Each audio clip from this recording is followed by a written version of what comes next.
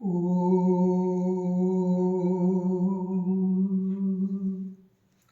सहना भवतु सहनौ भुनक्तु सह वीर्यं करवावहै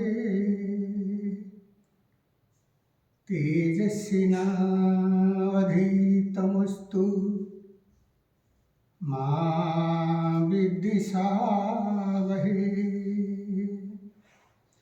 ओम शांति शांति शांति।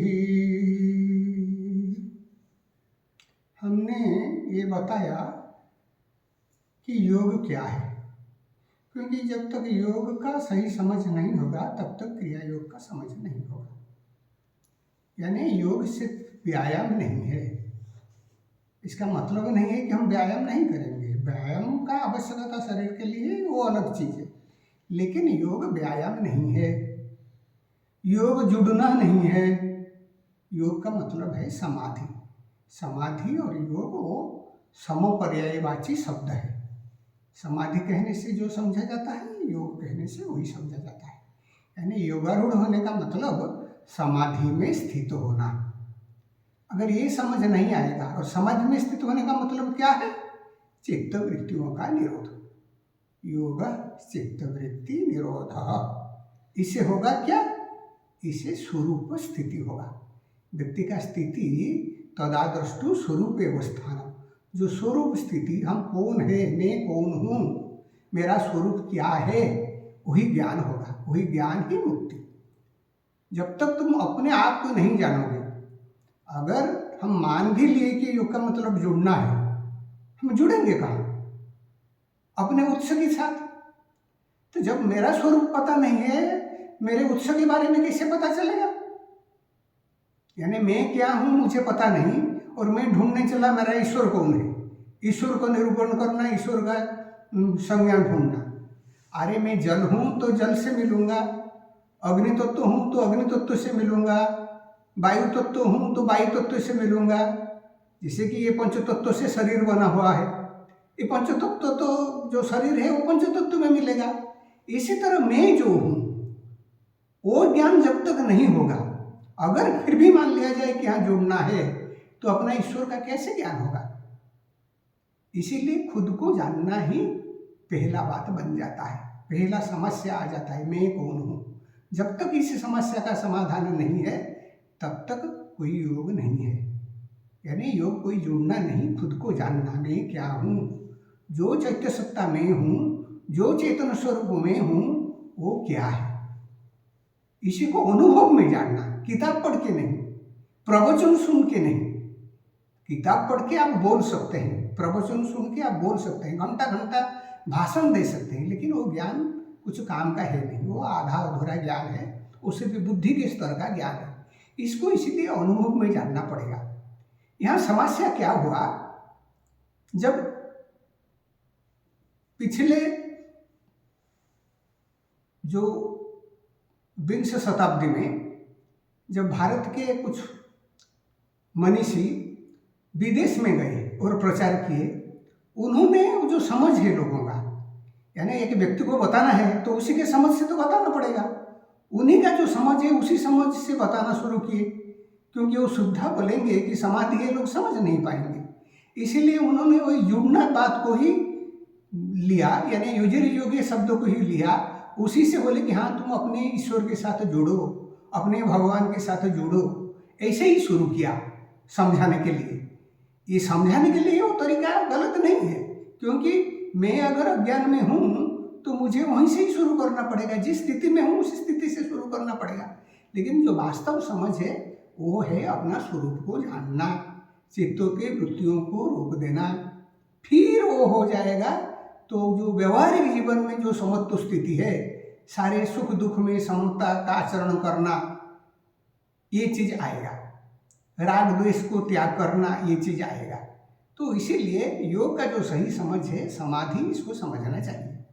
अगर ये समझ आ गया तो फिर हमें समझना पड़ेगा क्रिया योग क्या है। यहाँ एक शब्द जोड़ गया योग से पहले क्रिया। जो योग का जो योग दर्शन का जो मूलभूत शास्त्र है, ये है ऋषि पतंजलि का योग सूत्र। ये ऋषि पतंजलि के योग सूत्रों को में 4 पाद है। पहला पाद समाधि पाद, जो समाधि पाद में उन्होंने समाधि क्या है यानी योग का स्वरूप क्या है उसको विस्तार से बताया। इसको विस्तार से बताने के बाद जो दूसरा पाद आता है उसको बोलते हैं साधन पाद। यानी ये योगारूढ़ होने के लिए, योग की स्थिति में पहुंचने के लिए हमें क्या साधना करना पड़ेगा, यही बात आता है क्रिया योग का। जो साधन पाद में पहले सूत्र में बताते हैं तप स्वाध्याय ईश्वर प्रणिधानादि क्रिया योग। यानी क्रिया योग का मतलब है तप स्वाध्याय और ईश्वर प्रणिधान। यानी जो क्रिया हम करेंगे, जो साधना हम अभ्यास करेंगे समाधि की स्थिति में पहुंचने के लिए, वही है क्रिया योग। बिना साधना किए, बिना कुछ क्रिया किए हम अक्रिय नहीं होंगे, चित्तवृत्ति के निरुद्ध का अवस्था नहीं प्राप्त होंगे। इसीलिए क्या साधना करेंगे ना, तप स्वाध्याय और ईश्वर प्रणिधान। तो यही तप स्वाध्याय और ईश्वर प्रणिधान को फिर वो जब विस्तार से बताते हैं, फिर ये अष्टांग योग का मार्ग बन जाता है। यम नियम आसन प्राणायाम प्रत्याहार धारणा ध्यान समाधि, यानी सारे ही क्रिया योग है। तो क्रिया योग का बाद वो पतंजलि के योग सूत्र में ही आता है, वो साधन पाद का पहले सूत्र में। हम उसमें जाने से पहले थोड़ा साधारण भाव से बता देता हूँ। जो क्रिया का मतलब सब समझते हैं, कुछ करना, एक्शन, कुछ कर्म। जो क्रिया हम करने से योग की स्थिति को प्राप्त होंगे वो है क्रिया योग। ऐसे नहीं कि कुछ काम कर लेंगे वो क्रिया योग है। जो क्रिया करने से हम योग की स्थिति यानी समाधि की स्थिति को प्राप्त होंगे वो है क्रिया योग। जो क्रिया शब्द जो है, जैसे इसमें 5 अक्षर है। क्री में क र ई और या में य आ। ये अगर 5 अक्षर को हम विश्लेषण करेंगे, क क्या है? क ईश्वर का प्रतीक है। हमारे वर्णमाला में क है प्रथम व्यंजन वर्ण, यानी जो अभिव्यंजित हो रहा है। यानी सृष्टि जब निराकार निर्गुण परम ब्रह्म से सृष्टि का स्थापना हुआ तो पहले ईश्वर का सृष्टि हुआ, जिसको यानी जो सगुण साकार रूप में अपने को प्रकाशित किए, अभिव्यंजित हुए। ये जो ईश्वर है उसी का जो अक्षर है, उसी का जो ये है लक्ष्य है, वो है ककार, यानी क ही ईश्वर का प्रतीक है। यानी ये जो कर्म है, ये जो क्रिया है, वो ईश्वर का ही कर्म है, ईश्वर के लिए ही किया जाता है। यानी निर्गुण निराकार जब अपने शक्ति को आधार करके, शिव जब अपनी शक्ति को आधार करके या अपनी माया को आधार करके सृष्टि रचना में व्याप्त हुए, तब जो उनका स्वरूप हुआ सगुण साकार रूप में, वो है ईश्वर। वो ईश्वर का जो प्रतिनिधि है शब्द में, ये है ककार। ईश्वर तो हो गया ककार, फिर आ रहा है रकार। रकार है अग्निबीज। अग्निबीज क्या है? यानी समग्र सृष्टि तो 5 तत्वों में हुआ है। आकाश तत्व, वायु तत्व, अग्नि तत्व, आप तत्व और खेती तत्व। जब तक आकाश तत्व है आप उसको देख नहीं सकते, जब वायु तत्व है उसको भी आप देख नहीं सकते, यानी वो प्रकाशित हुआ नहीं। प्रकाशित होता कब? जब अग्नि तत्व आता है। यानी ये अग्नि तत्व प्रकाश का स्वरूप है। ये सृष्टि को जानने का जो तत्व है वो है अग्नि तत्व। जब तक आलोक नहीं आएगा, जब तक प्रकाश नहीं आएगा, तब तक सृष्टि तो है आकाश तत्व में और वायु तत्व में, लेकिन ये गुप्त है। यानी जो अभिव्यंजित हो गया, फिर उसका जो प्रकाशन हुआ सृष्टि के रूप में, वो पता चलता है अग्नि तत्व में। उसके बाद आ गया ई, क र ई है शक्ति बीज, यानी वो उनका शक्ति, यानी ईश्वर का प्रकाशित होने का शक्ति, ईश्वर का सृष्टि में व्याप्त होने का शक्ति, ये है क्री। फिर या योकार है वायु बीज, यानी वो किसका कर्म है? वायु प्राण कर्म है, ईश्वर का प्राण कर्म हम नहीं कर रहे हैं, हमारे अंदर ईश्वर कर रहे हैं। हम थोड़ी श्वास ले रहे हैं, हमारे अंदर जो श्वास चल रहा है, जो प्राण क्रिया चल रहा है, तो ईश्वर का ही क्रिया है। तो इसीलिए यह जो है वो है वायु बीज, वो प्राण को सूचाता है, यानी क्रिया प्राण कर्म है। फिर आ का मतलब वो जब स्वरूप ले लिया, सृष्टि का रूप धारण कर लिया, आकार, औकार से आकार हो गया, यानी जब कोई रूप नहीं था, कोई रंग नहीं था, फिर ये रूप में प्रवर्तित हो गया, ये हुआ क्रिया, यानी प्राण कर्म, ईश्वर का कर्म। ईश्वर का कर्म ही तो ये सृष्टि है। हम अपने अज्ञानता के कारण, अपने अविद्या के कारण अपने आप को अलग समझ बैठे हैं और सोच रहे हैं कि मैं ही करता हूँ, मैं ही कर रहा हूँ। ये जो मैं करके हम अपने स्थिति को इसे बिगाड़े हैं, इसको बदलना है। वही क्रिया करना है जो प्राण क्रिया है, वही क्रिया है जो ईश्वर का क्रिया है। तो फिर जाके क्रिया जो बनेगा। और इसका जो 3 विभाग समझने के लिए ऋषि पतंजलि ने बता दिए, ये है तप, स्वाध्याय और ईश्वर प्रणिधान। तप का मतलब हमें तप करना है, तपना है, यानी मन को अच्छा नहीं लगेगा तपना। जो इंद्रिय संयम और मनोनिग्रह का क्रिया, वो तप है। तप के नाम से भारतवर्ष में बहुत कुछ चीज चला है।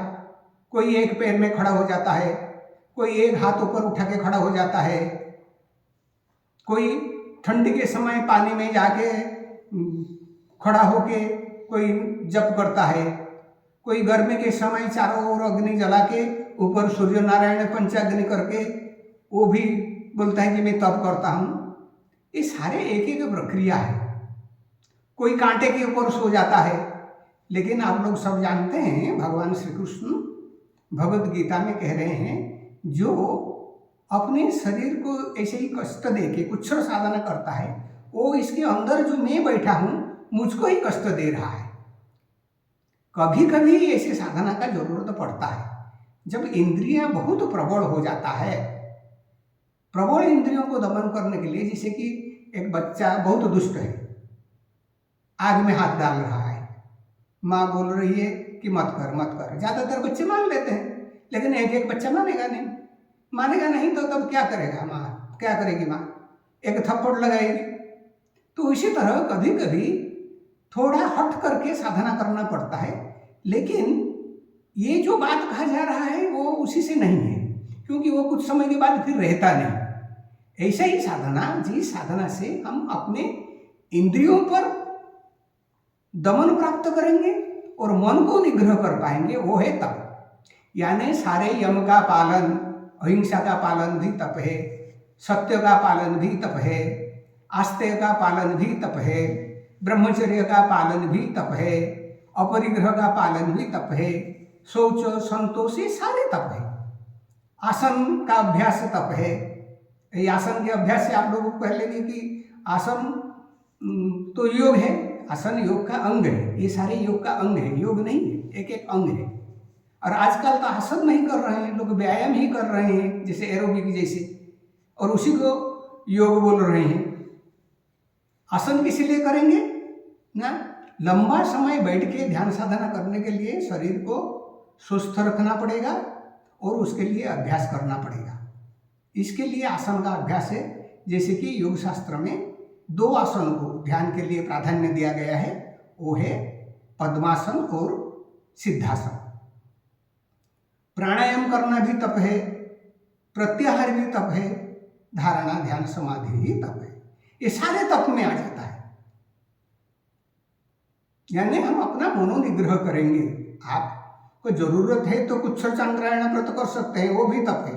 तप तो अनेक प्रकार के हैं, लेकिन व्यक्ति के स्थिति के हिसाब से ये तप का निर्णय होता है। मनमानी करके निर्णय कर लेने से नहीं होगा। और सबसे साधारण तप जो है वो है आपका श्वास, आपका प्राण। जब प्राण क्रिया करते हैं तब शरीर में जो गर्मी उत्पन्न होता है वो भी तप है, और उसके कारण आपका जो मनोनिग्रह होता है वो भी तप है। ये सारी चीज तप है, तप का अभ्यास करना पड़ेगा। इसके साथ साथ क्या आता है? स्वाध्याय। स्वाध्याय को लेके कुछ लोगों में विभ्रांति है। कुछ लोग कहते हैं कि सिर्फ किताब पढ़ना ही स्वाध्याय है, या कोई आचार्य के मुख से उनका प्रवचन सुनना ही स्वाध्याय है। वो स्वाध्याय है, शास्त्र का अध्ययन स्वाध्याय है, आचार्य को मुख से उपदेश सुनना स्वाध्याय है, लेकिन वो स्वाध्याय का बहिरंग साधन है। स्वाध्याय का अंतरंग साधन भी है। अंतरंग साधन स्वाध्याय का क्या है?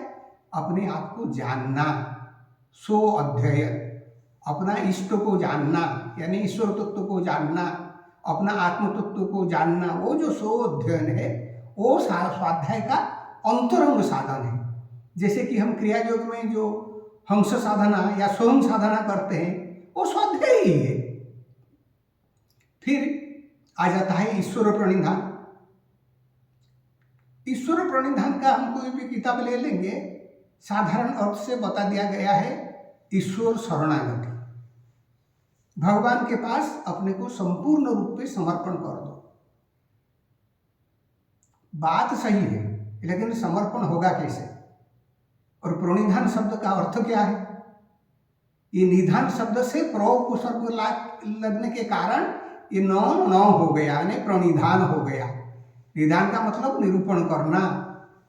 जब हम विशेष रूप से निरूपण करते हैं, यानी कुछ चीज को जानने का कोशिश करते हैं और ऐसे ऐसे निरूपण करते हैं जब उसके बाद में जानने के लिए, बारे में जानने के लिए और कुछ बाकी नहीं रह जाता, तब जाके उसको प्रणिधान कहा जाता है।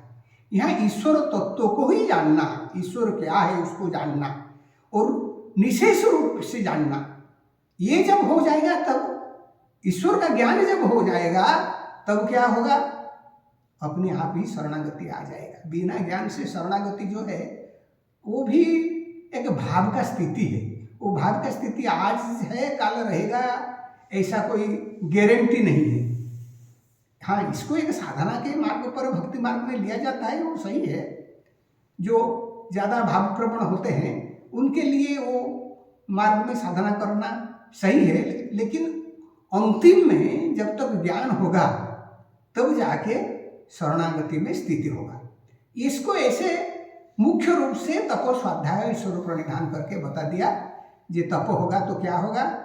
जैसे कि ये चीज बताया गया है, कायेंद्रिय सिद्धि अशुद्धि क्षय तपस, यानी शरीर और इंद्रिय, कायेंद्रिय शुद्धि, वो शुद्ध हो जाता है और शरीर और इंद्रियों का जो अशुद्धि वो क्षय हो जाता है। इसीलिए तप का करना आवश्यक है।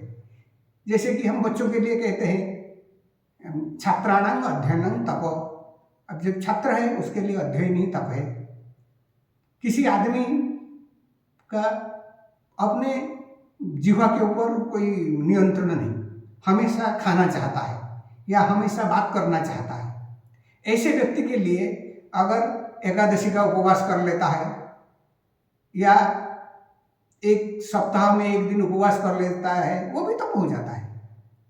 या जो बहुत वाचाल है, बात करता रहता है, वो अगर मौन व्रत का धारण कर लेता है, मौन का अभ्यास करता है, वो उसके लिए तप है। इसलिए तप का कोई अनेक प्रकार का स्वरूप है। ये आपका कौन सा इंद्रिय आपको कष्ट दे रहा है, यानी आपके अधीन में नहीं है, उसी हिसाब से और मन के हिसाब से आपको निर्णय करना पड़ेगा आप क्या क्या साधन करेंगे।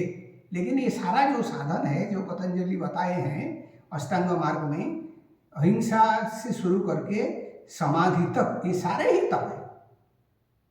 स्वाध्याय से क्या होता है? स्वाध्याय इष्ट देव संप्रयोग, यानी अपना इष्ट देवता के साथ संपर्क बन जाता है। किसी लिए आप जो इष्ट है, कोई साधना आप करेंगे मैकेनिकली यानी जंत्रवत, ये इतना फलीभूत नहीं होता। सब साधना में थोड़ा श्रद्धा का और भक्ति का जरूरत होता है। इसीलिए जब व्यक्ति कोई ईश्वर को यानी इष्ट देव को सामने रख के साधना करता है तो वो साधना बहुत जल्दी फलीभूत होता है। इसीलिए जब आप उसके कोई इष्ट रहेगा, आप इनके साहित्य पढ़ेंगे, इनके समय में विचार करेंगे, चिंतन करेंगे, ऐसे ऐसे ऐसे ऐसे आपके चित्त में एक प्रकार वृत्ति बन जाएगा। वो जो वृत्ति बन जाएगा वो दूसरी वृत्ति को निरोध करेगा। दूसरी वृत्ति को निरोध करने के कारण, इसी वृत्ति के कारण आपका इष्ट देवता के साथ संपर्क बन जाएगा। यानी सपने में भी दर्शन होगा, खुले आंख में भी दर्शन होगा, बंद आंख में भी दर्शन होगा। और समाधि सिद्धि ईश्वर प्रणिधान अथवा ईश्वर प्रणिधान हो जाएगा तो समाधि सिद्धि होगा। क्रिया योग में एक ईश्वर प्रणिधान क्रिया है, जिसको प्रथम क्रिया में मूल क्रिया कहते हैं। उसको गुरुमुख से ही सीखना, देख के अभ्यास करना पड़ता है। फिर इन चारों सब चीज़ों को जो अष्टांग योग में मार्ग में बात दिया, जैसे कि अहिंसा का पालन करना, पांचों जमों का पालन करना, नियमों का पालन करना।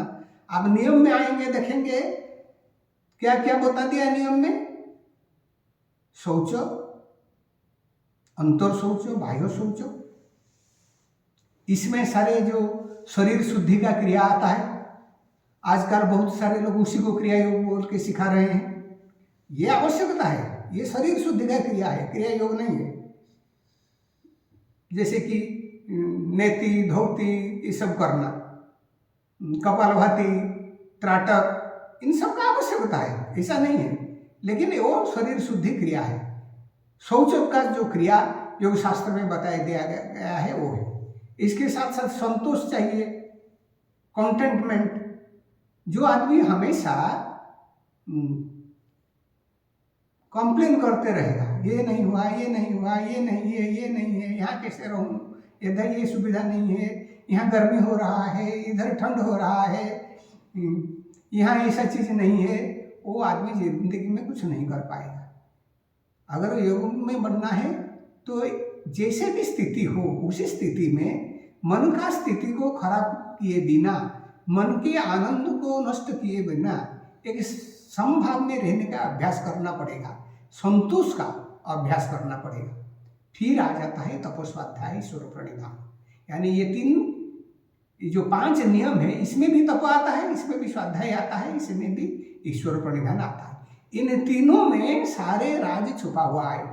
यानी तपस्वाध्याय ईश्वर प्रणिधान में आसन भी छुपा हुआ है, प्राणायाम भी छुपा हुआ है, प्रत्याहार भी छुपा हुआ है, धारणा ध्यान समाधि भी छुपा हुआ है। लेकिन जब मूल क्रिया जो है वो है ध्यान का पद्धति, प्राण कर्म के आधार पर ध्यान का पद्धति। इसमें धारणा ध्यान समाधि ही अंतरंग साधन है। यम नियम आसन प्राणायाम प्रत्याहार ये बहिरंग साधन है।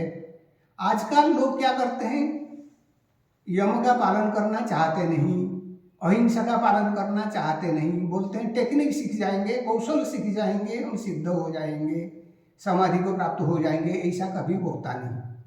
व्यक्ति अगर अहिंसा का पालन नहीं करेगा, मन में क्रोध रखेगा, मन में ईर्ष्या रखेगा, ये सब तो वृत्ति है। मन में क्रूरता रखेगा, ये सब तो वृत्ति है। और इसी वृत्ति में रहेगा तो वो आगे कैसे वृत्ति निरोध कैसे करेगा। मन में लोभ रखेगा, लोभ के कारण स्थेय वृत्ति करेगा। स्थेय वृत्ति, आजकल तो कोई चोरी नहीं करता, सब कमीशन खाते हैं, वो उसका स्वरूप बदल गया है। यानी मन में लोभ रहेगा, जिस काम के लिए आपको पारिश्रमिक मिलता है उसके बजाय आप असाधु उपाय में रोजगार करेंगे और बोलेंगे नहीं मंदिर में जाके दान दे देंगे, आश्रम में जाके दान दे देंगे, हमारा हो जाएगा कल्याण। होगा कैसे? इन सब का अभ्यास करना पड़ता है। अगर आज बहुत लोगों में चेतना आया है, ये लोग साधना कर रहे हैं, ध्यान का साधना कर रहे हैं, बहुत सारे गुरु हैं, लेकिन जो मूलभूत सिद्धांत है यम का पालन वो कर नहीं रहे हैं, वो नहीं करेंगे और सिर्फ कौशल का अभ्यास करेंगे तब कुछ होगा नहीं। इन सब चीजों का पालन करना, वही तो तप है, करना पड़ता है। इसी तरह जब आप आएंगे समझेंगे कि जो क्रिया जो क्या है, जो अंतरंग साधन है वो है धारणा ध्यान समाधि, लेकिन बहिरंग साधन का भी जरूरत है। धारणा ध्यान समाधि में क्या होता है, ये जो चीज हम बताएंगे, जो कि प्राण कर्म इसमें मूल तत्व है। लेकिन किसी भी हमारा उद्देश्य है वृत्ति निरोध करना। मन हजारों वृत्तियों में जा रहा है। जब मन हजारों वृत्तियों में जा रहा है, इसको कहते हैं विक्षेप। ये विक्षेप को नाश करना। वृत्ति शून्य तो इतनी जल्दी नहीं हो सकता। हजारों में 100 को लाना पड़ेगा, 100 से 10 को लाना पड़ेगा, 10 से 1 को लाना पड़ेगा। यानी मेरा मन को मैं एक वस्तु में बांध लिया, इसी एक वस्तु में बांध लिया। तो इसी एक वस्तु में बांध लिया तो बाकी सारे वस्तु जो है, ये वस्तु, ये वस्तु, ये वस्तु, ये वस्तु, ये वस्तु मन से हट गया। इसको कहते हैं एकाक धारणा। यानी एक वृत्ति में, एक वस्तु में मन को बांध देना। फिर ये वस्तु जब छूट जाएगा तब जाके समाधि होगा। इसीलिए ये धारणा ध्यान समाधि, इसी को समझना पड़ेगा। यानी एकाकार वृत्ति पहले करना पड़ेगा, एक वृत्ति को लाना पड़ेगा। मन तो एक वृत्ति में आता नहीं, इसलिए पहले हम उसको खिलौना जैसे देते हैं, ये चीज़ कर ले थोड़ा, ये चीज़ थोड़ा कर ले, ये चीज़ थोड़ा कर ले। यानी मन को अपना मनमानी करने से रोकने के लिए हम इसको एक एक्सरसाइज देते हैं, ये तुम इसी के अंदर घूमते रहो। फिर जाके एक चीज़ में ले आते हैं। फिर वो एक चीज़ जब छूट जाता है, यानी एक वस्तु में जब मन को बांध रहे हैं, मैं उदाहरण के स्वरूप ये दिखा रहा हूं, बाकी चीज नहीं है।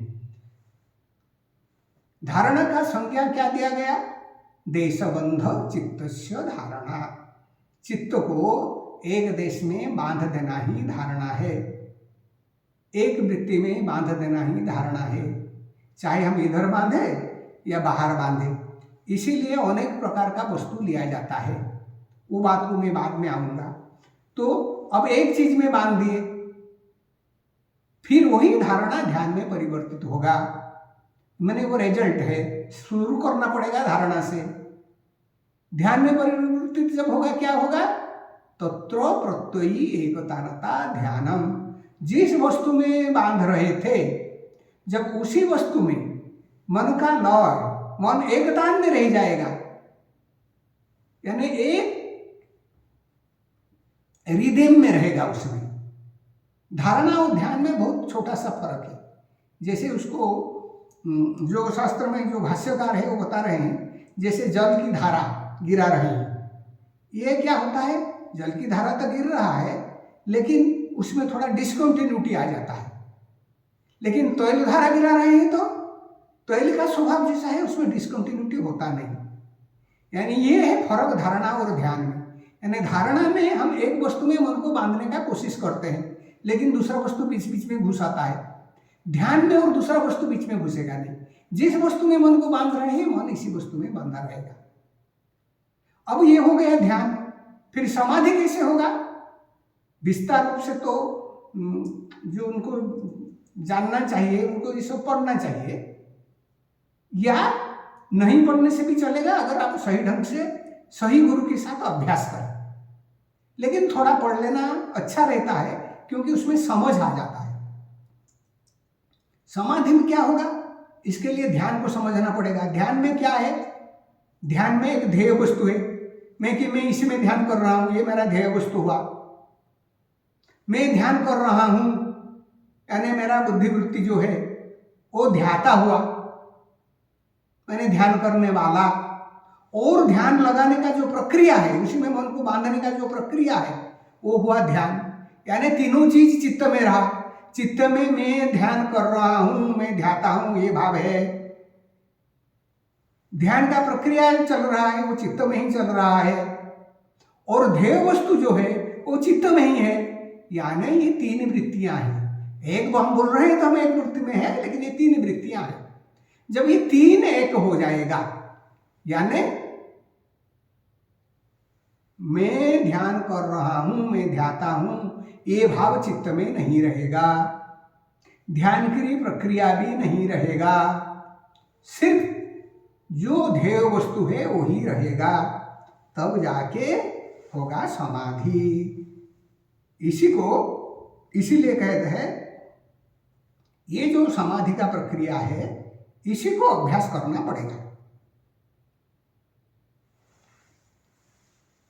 यहाँ स्वरूप और शून्य में, अब स्वरूप का शून्य जैसा भाव आएगा। शून्य तो है नहीं, लेकिन मैं ध्यान कर रहा हूं ये भाव जब नहीं रहेगा तो तब एहसास होगा जैसे कि जो ध्येय वस्तु है सिर्फ वही है, और स्वरूप का भाव शून्य जैसा हो जाएगा। तो ये जो समाधि का पहला स्टेप है, पहला पहाड़ है, सभी तर्क समाधि, व्यक्ति सभी तर्क समाधि में पहुंचेगा।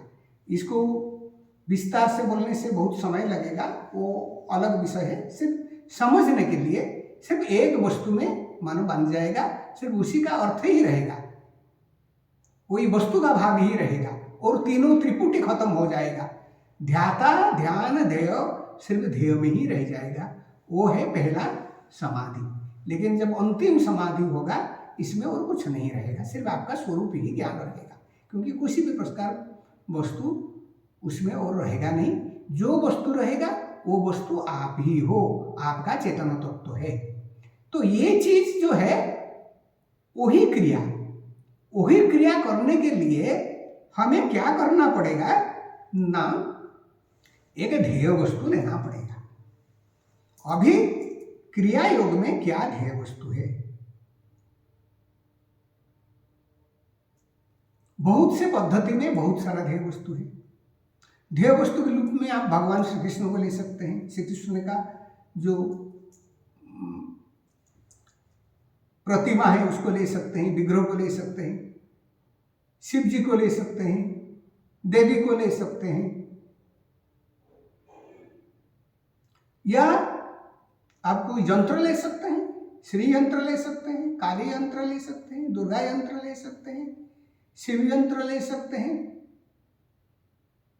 या कोई मंत्र को भी ध्येय बना सकते हैं, वो एक शब्द का तरंग है। या आप क्या कर सकते हैं,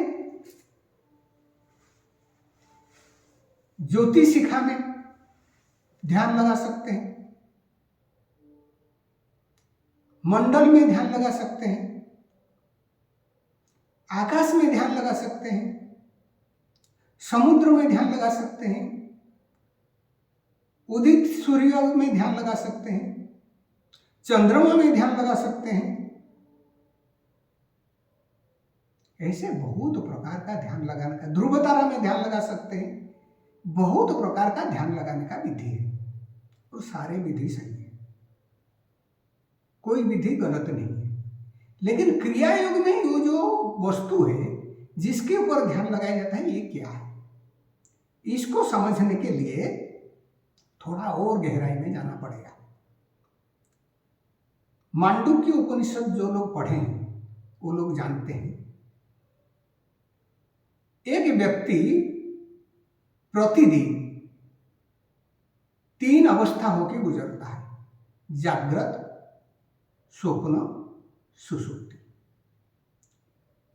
अभी हम जागृत में हैं। जागृत अवस्था में क्या है, शरीर क्रियाशील है, इंद्रियां क्रियाशील है, मन भी क्रियाशील है।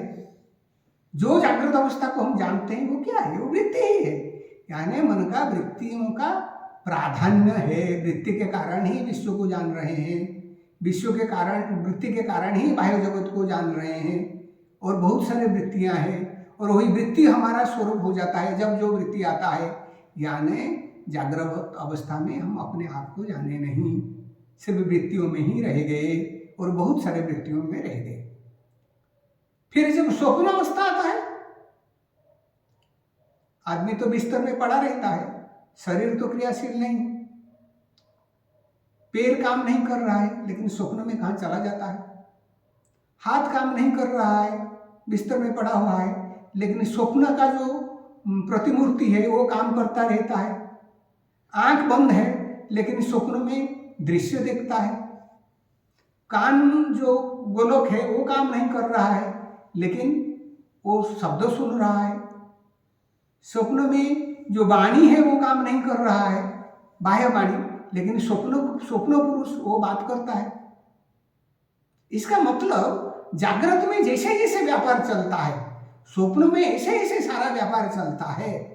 और ये सारा व्यापार क्यों चलता है? ये वृत्ति के कारण। जागृत में जो अनुभूति है, इसका जो संस्कार चित्त में पड़ा हुआ है, इसी चित्त के संस्कार के अनुसार उसी का एसेंस लेके, उसी का सार लेके मन प्रक्षेपण करता है और हम नाना प्रकार का स्वप्न देखते हैं। उस समय तो लगता नहीं वो स्वप्न है, उस समय तो वास्तव लगता है। ये वृत्ति ही है। अगर वृत्ति को देखा जाए तो जागृत और स्वप्न में कोई फर्क नहीं रहा। लेकिन जब व्यक्ति सुषुप्त में चला जाता है, गाढ़ निद्रा में चला जाता है, तब क्या होता है? तब मन की व्यापार बंद हो जाता है, यानी वृत्तियां एक रूप हो जाता है। हजारों वृत्तियां रहता नहीं। जब उठता है वो सिर्फ जानता है कि मैं अच्छे नींद में सोया था। तो ये सब वृत्तियां कहाँ चला गया? ये मन कहाँ विश्राम किया? ये बुद्धि कहाँ विश्राम किया? उस समय मैं का भान भी रहता नहीं मन में। ये सब कहाँ विश्राम कर रहे थे?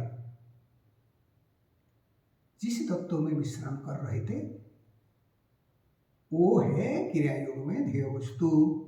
यानी जो सुषुप्ति में जो व्यक्ति है उसमें कौन जागृत है? शरीर तो जागृत नहीं, इंद्रिया तो जागृत नहीं, मनोबुद्धि अहंकार तो जागृत नहीं, अवचेतन भी जागृत नहीं। तो जागृत कौन है वहां? ये उधर जागृत है, उसको बोलते हैं प्राण। यानी उसमें शरीर में प्राण क्रिया चल रहा है। जो प्राणवायु का क्रिया वो चल रहा है, शरीर में प्राण है। अगर वो क्रिया नहीं चलेगा तो फिर व्यक्ति का राम नाम सत्य है, उसको शरीर को स्मशान को ले जाना पड़ेगा। यानी वो जो प्राण क्रिया चल रहा है वही प्राण में ही मनोविश्राम कर रहा है, प्राण में ही बुद्धि विश्राम कर रहा है, प्राण में ही इंद्रिया विश्राम कर रहा है। ये सारा प्राण विद्या उपनिषद में भरकर बताया गया है। इसका मतलब हमारे अंदर एक तत्व है जिसमें मन की वृत्तियां अपने आप विलीन होता है, उसको प्राण कहते हैं। अगर अंदर में एक तत्व है जिसमें मन की वृत्तियां अपने आप विलीन होता है, हम उसी में को क्यों ध्यान नहीं लगाए? इसीलिए क्रिया योग में जो ध्यान का ध्येय वस्तु है वो प्राण है। इसलिए हम प्राण वायु से शुरू करते हैं, यानी श्वास और प्रश्वास से, फिर प्राण वायु से सूक्ष्म प्राण को जाते हैं। ये तो हुआ ध्येय वस्तु। लेकिन उसके साथ में और एक चीज है, यानी हमारा ये जो मन है वो तो बिगड़ा हुआ है, हजारों वस्तु में जाता है। पहले एक वस्तु में जोर करके बांध देंगे तो रिवोल्ट करेगा, विद्रोह करेगा। इसीलिए बच्चों को जैसे खिलौना देते हैं उसको थोड़ा खिलौना देना पड़ता है। एक ऑप्शन देने से नहीं चलेगा, अलग अलग ऑप्शन देना पड़ता है। तो फिर दूसरा ऑप्शन क्या देंगे? हमारा मन कहाँ काम करता है? हमारे शरीर में कौन सा हार्डवेयर है जिसमें मन रूपी सॉफ्टवेयर काम कर रहा है? ये है हमारा मस्तिष्क और सुषुम्ना, ब्रेन एंड स्पाइनल कॉर्ड। इसलिए वो भी ध्यान का साधन बन जाता है। मस्तिष्क और सुषुम्ना भी हमारा ध्यान का साधन बन जाता है। हमारे ऋषियों का जो अनुभव है उसी अनुभव के हिसाब से सुषुम्ना में और मस्तिष्क में जो शक्ति केंद्र है, जिसको हम बोलते हैं मूलाधार, स्वाधिष्ठान, मणिपुर, अनाहत, विशुद्ध, आज्ञा, सहस्रार, उनमें भी ध्यान लगाया जाता है।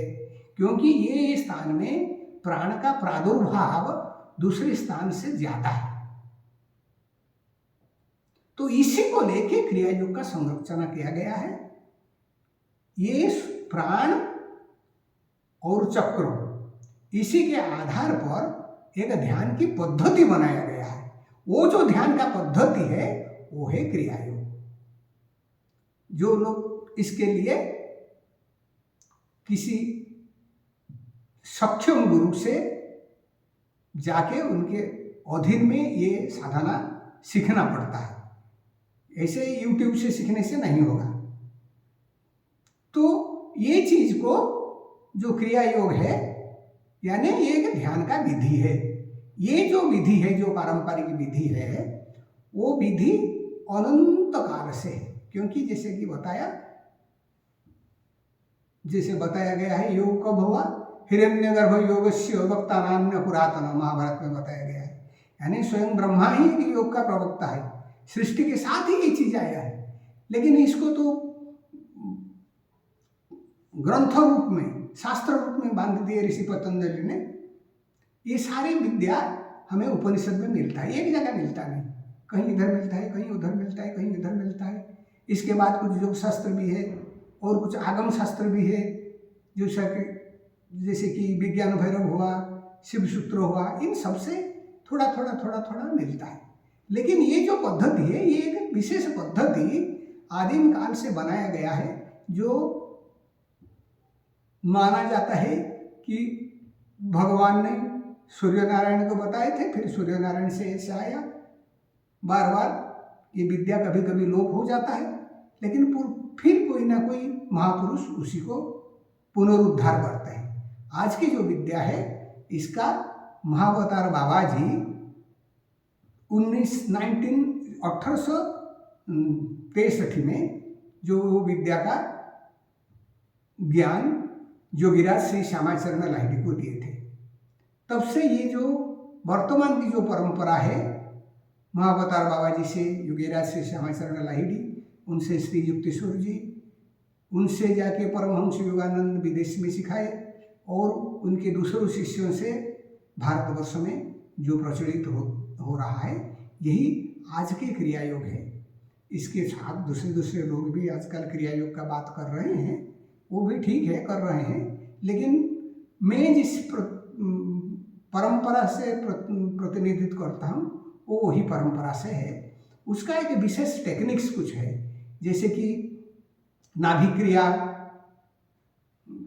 खेचरी मुद्रा, गुरु प्रणाम, हंस साधना या सोहम साधना, महामुद्रा, मूल क्रिया जिसको ईश्वर प्रणिधान क्रिया कहते हैं, फिर क्रिया ध्यान, परावस्था, ज्योति मुद्रा, शांभवी मुद्रा, इसको लेके एक कैप्सुलेटेड फॉर्म में एक मॉड्यूल बनाया गया है, जिसको साधक अपने गुरु से सीखता है और गुरु के निर्देश में उसका अभ्यास करता है।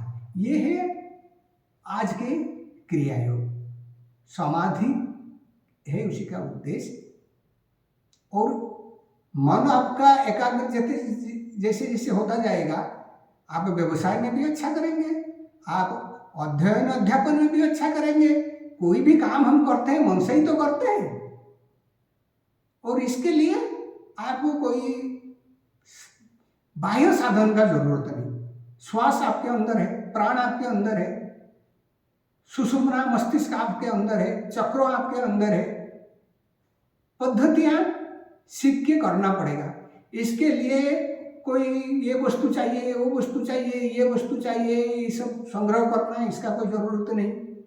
इसके लिए कोई विशेष पोशाक धारण करना, यानी भगवा पहनना या कोई दूसरी, ऐसा भी जरूरत नहीं। क्या विशेष कोई तिलक लगाना, वो भी जरूरत है नहीं। इसके लिए घर छोड़ना, सन्यासी बनना, वो भी जरूरत नहीं। आप गृहस्थाश्रम में लेके रह के भी कर सकते हैं, लेकिन जो नियम है वो नियम को पालन करना पड़ेगा। और बहुत सरल टेक्निक है, लेकिन इसको सीख के करना पड़ता है। मूल चीज है अभ्यास, निरंतर अभ्यास, निरंतरता और अभ्यास, वो फिर श्रद्धा के साथ, भक्ति के साथ, संयम के साथ, फिर जाके इसमें व्यक्ति सफल काम होता है। ये है क्रिया योग। तो क्रिया योग का समझ में जितना संक्षेप में हो सकता है इतना ही बताया।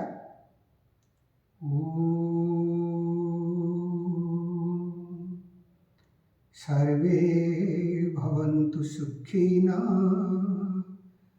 सर्वे सन्तु निरामयाः, सर्वे भद्राणि पश्यन्तु, मा कश्चित् दुःखभाग् भवेत्। ओम शांति शांति शांति।